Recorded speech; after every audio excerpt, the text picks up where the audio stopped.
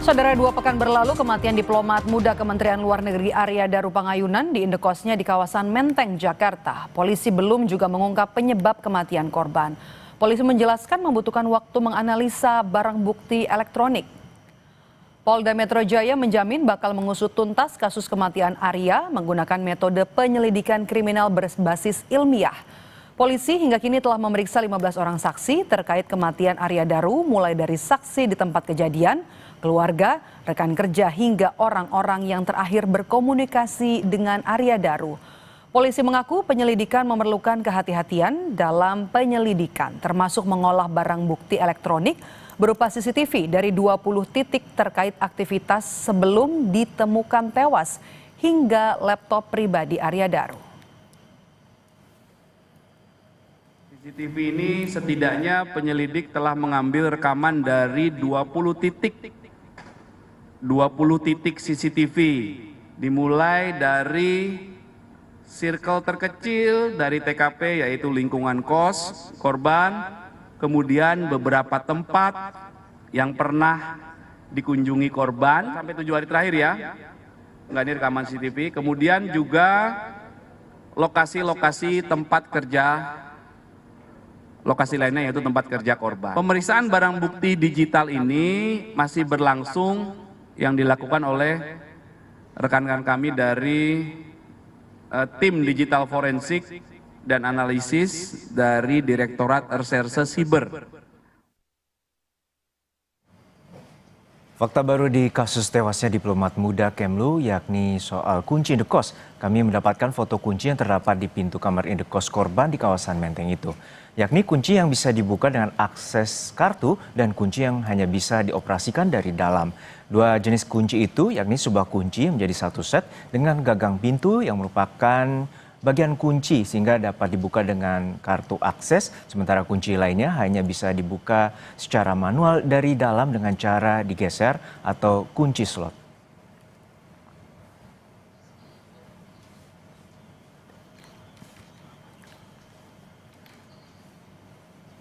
Selain temuan soal 2 jenis kunci yang terpasang di indekos Arya Daru, fakta lain soal kondisi kamar terutama bagian plafon yang cukup rapi. Tidak tampak kerusakan apapun di dalam plafon kamar indekos diplomat muda Kemlu yang ditemukan tewas dengan kepala terlilit lakban.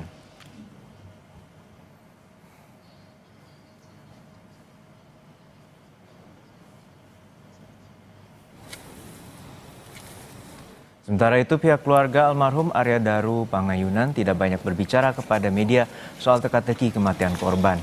Ayah mertua Daru, guru besar Fakultas Ekonomika dan Bisnis Universitas Gadjah Mada, mengaku lelah lahir batin dan tidak memiliki informasi yang dapat dibagikan lantaran polisi belum memberikan kabar perkembangan penyelidikan kematian diplomat Kementerian Luar Negeri itu.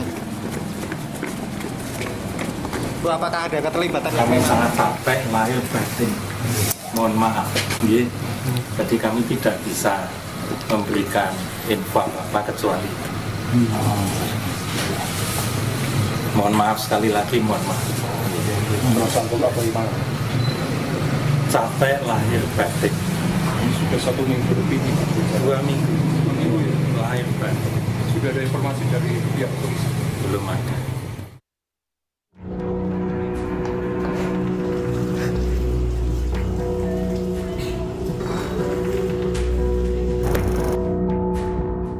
Dua pekan berlalu, penyelidik Polda Metro Jaya belum mengumumkan penyebab kematian Arya Daru Pangayunan, diplomat muda Kemlu yang ditemukan tewas terlakban di kamar indekosnya di Menteng, Jakarta Pusat. Kabid Humas Polda Metro Jaya, Kombes Ade Aris Syam Indradi memastikan, hingga kini penyelidik masih mendalami sejumlah hal berdasarkan scientific investigation. Selain memeriksa 15 orang saksi yang berasal dari lingkungan indekos, rekan kerja dan keluarga, polisi masih mendalami hasil pemeriksaan tim kedokteran forensik terkait waktu kematian hingga toksikologi untuk mengetahui ada tidaknya kandungan zat kimia di tubuh almarhum Daru. Sementara untuk mengetahui latar belakang Arya Daru, polisi turut melibatkan tim ahli dari psikologi forensik. Tim penyelidik telah melakukan klarifikasi pengambilan keterangan dalam tahap penyelidikan setidaknya ada 15 orang. Juga melakukan pendalaman terhadap latar belakang korban, yaitu dengan melakukan dan melibatkan tim ahli dari psikologi forensik. Ini juga kami lakukan ya untuk mengumpulkan peristiwa ini secara utuh. Ya, tim Apsifor ini punya metode pemeriksaan sendiri untuk melakukan penggalian terhadap latar belakang korban. Arya Daru Pangayunan merupakan diplomat muda yang pernah ditugaskan di sejumlah negara termasuk Myanmar. Daru juga pernah menjadi saksi dalam kasus TPPO di Jepang.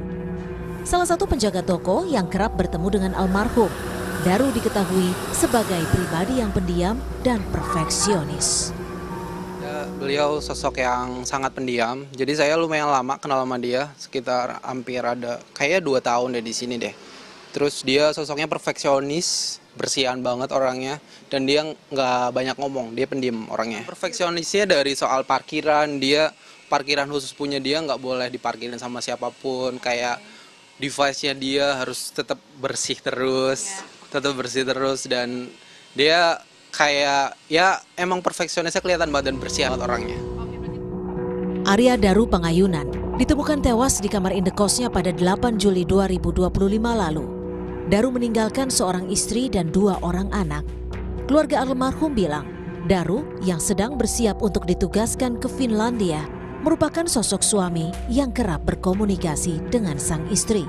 Itu ya Daru, adik kita sama Nani itu nggak teleponan, soalnya video callan, sekedar menanyakan sudah makan atau belum dan lain sebagainya, itu rutin gitu. Jadi ya nek tadi ditanya apakah resah, ya resah. Kasus kematian Arya Daru Pangayunan masih menjadi misteri. Belum diketahui pasti apakah almarhum meninggal akibat bunuh diri atau sebagai korban pembunuhan. Publik kini menanti ketepatan penyelidik untuk mengungkap kasus kematian diplomat. Tim Liputan, Kompas TV. Lalu apakah temuan baru dari lokasi penemuan jenazah diplomat muda Kemlu di Menteng, Jakarta Pusat akan mempercepat kepolisian mengumumkan penyelidikan? Kita bahas bersama mantan Kabariskem Polri, Komjen Purnawirawan Arief Sulistianto. Selamat petang Pak Arief, semoga sehat-sehat selalu. Selamat petang, Jonan. Ya. Terima kasih. Pak Arief, gini, untuk saat ini bahwa polisi telah melakukan konferensi pers terkait dengan menggunakan scientific investigation dan 5 aspek itu termasuk dari Inavis, forensik, kemudian digital forensik, DNA dan juga C4 atau psikologi forensik. Lalu saat ini tingkat kesulitan seperti apa? Dalam perspektif Anda sebagai mantan Kabariskem, polisi juga belum menemukan unsur penyebab kematian. Iya, kalau mencermati perkembangan dari hasil penyidikan dan berbagai informasi seperti terakhir yang disampaikan oleh Kompolnas, saya setuju dengan apa yang disampaikan oleh Kompas TV tadi. Polisi perlu berhati-hati karena ini juga untuk menjaga perasaan dari keluarganya. Yang jelas tadi diterapkan scientific crime investigation. Ini Polri pasti membuat 2 hipotesa terhadap kematian saudara Daru ini. Yang pertama, apakah bunuh diri? Yang kedua, atau pembunuhan? 2 hal ini nanti yang akan menjadi satu kesimpulan, tentunya salah satunya. Nah, dari semua olah TKP, pemeriksaan CCTV, kemudian juga pemeriksaan otopsi sampai kepada toksikologi forensik, sampai kepada pemeriksaan di luar TKP, masalah pribadi korban, ini diperlukan bagi kepolisian untuk mengumpulkan alat bukti, menemukan motif dari kesimpulan yang akan diambil oleh kepolisian nanti. Sehingga saya setuju kalau memang harus hati-hati, tetapi kalau memang hasilnya sudah maksimal seperti itu, ya sudah, disampaikan saja. Toh juga ini sudah maksimal gitu. Apakah ini bunuh diri ataukah pembunuhan? Memang ada risikonya kalau bunuh diri, apa motifnya? Pak Arief, kalau pembunuhan? Ya, Pak Arief, dari situasi di kondisi di indekos atau dari kamar bahwa Polisi menemukan tidak ada kerusakan di bagian plafon, namun juga dalam kondisi pintu yang kita dapatkan gambar, yaitu smart key tentu satu lagi atau kunci akses, dan kemudian ada kunci slot yang terkunci dari dalam. Dalam analisis Anda atau perspektif Anda, ini seperti apa? Sebenarnya ini bagian dari sebuah krusial untuk bagian penentuan penyebab kematian. Iya, artinya dari satu fakta ini, dari kunci dan akses masuk, kemudian dari plafon, ruangan yang tidak ada kerusakan, artinya korban ini kan ada di dalam ruangan itu sendiri. Tidak ada orang lain yang masuk. Nah, apakah ada hal-hal di luar ruangan sebelum dia masuk ruangan, kemudian mengunci pintu dengan grendel atau slot yang manual itu tadi, dia mungkin memasukkan sesuatu ke dalam tubuhnya, minuman atau makanan yang menimbulkan efek kepada psikologisnya, sehingga dia melakukan seperti itu. Inilah yang mungkin sedang didalami oleh kepolisian. Sehingga zat yang dimakan atau diminum itu menimbulkan desakan atau tekanan psikologis, sehingga yang bersangkutan melakukan tindakan-tindakan yang seperti itu. Siapa yang memasukkan, siapa yang memberi, dan lain sebagainya. Ini ya harusnya segera diputuskan saja. Sebenarnya berapa lama Pak untuk mengetahui dari hasil laboratorium forensik, terutama toksikologi, kemudian tadi juga ada terkait dengan temuan-temuan lainnya, sidik jari dan juga DNA dari korban itu sendiri ataupun di ruangan indekos milik korban. Seperti apa Pak untuk waktu akhirnya polisi bisa mengetahui?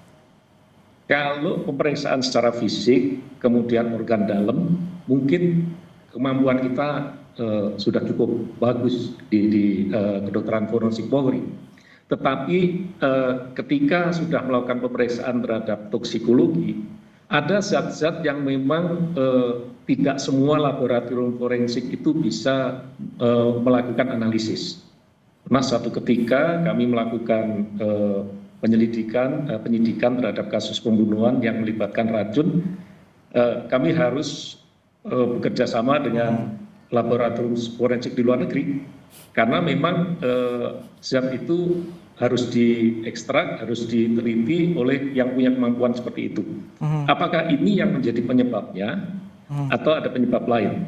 Kita belum tahu. Tapi yang jelas, dua hipotesis itu harus segera dijawab oleh kepolisian untuk memberikan kepastian. Seperti Bapak mertuanya tadi, kami sudah tekanan batin dan lain sebagainya.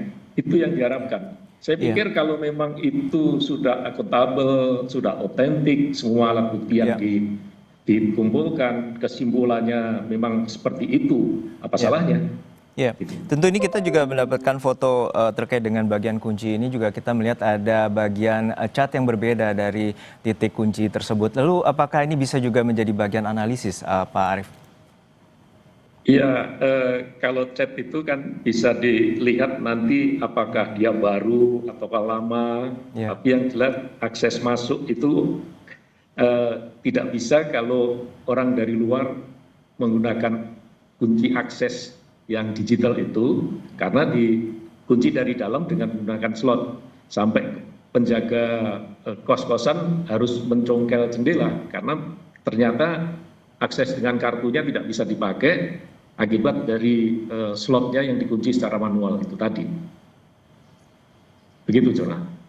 Baik, Pak Arief, saya bacakan sebentar untuk terkait dengan penemuan terbaru terkait dengan bahwa polisi menyita ada 20 titik TKP, terutama pada tanggal 7 Juli menuju tanggal 8 Juli, di mana waktu dugaan kematian dari korban Arya Daru Pangayunan. Dan ini juga polisi menyebutkan ada temuan bahwa sebelum kembali ke indekosnya, korban menuju rooftop dari gedung Kemlu. Dan waktunya cukup lama, Pak Arief. Artinya sekitar dari pukul 21 hingga 23 atau ada waktu 1,5 jam sebelum akhirnya dia kembali ke indekosnya. Apakah ini juga bagian yang perlu sangat diteliti oleh penyidik?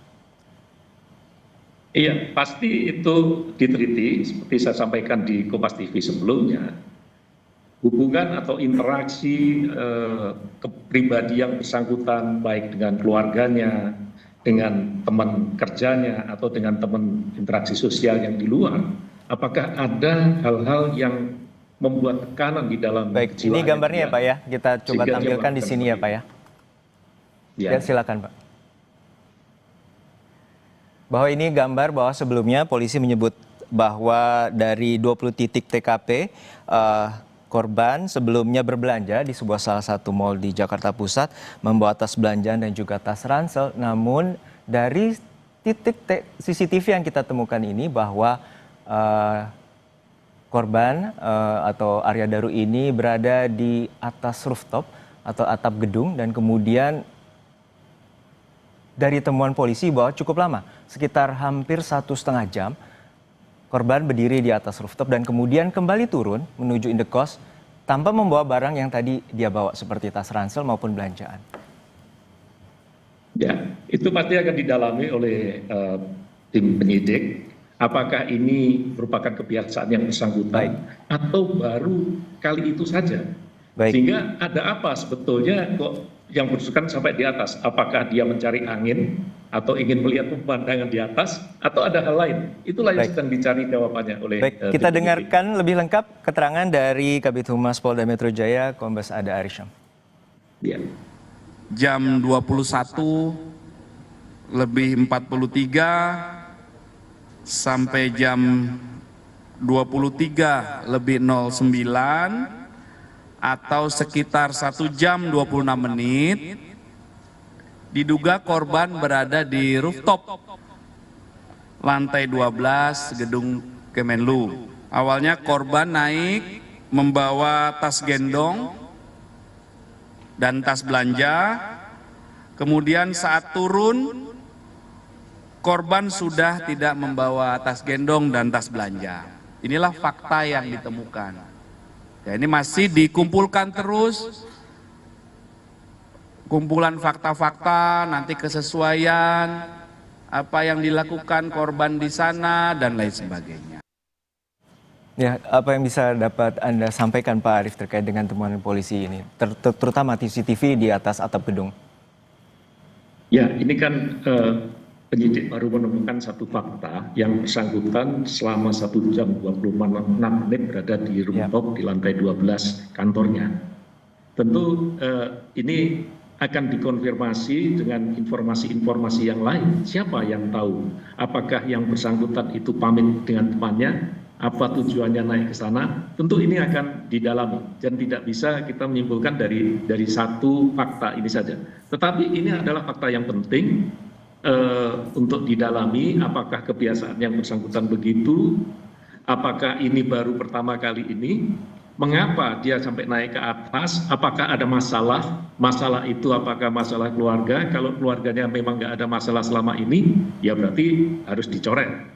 Atau ada masalah yang lainnya, masalah dengan pekerjaan, masalah karir, atau masalah-masalah keuangan dan lain sebagainya. Banyak hal yang bisa diungkap dari sikap dan perilaku yang ditemukan. Dan ini adalah fakta yang cukup baik untuk bisa mendukung di dalam proses penyidikan nanti.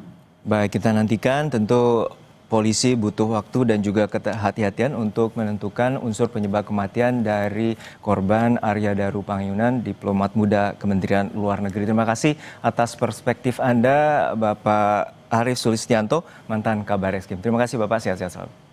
Terima kasih.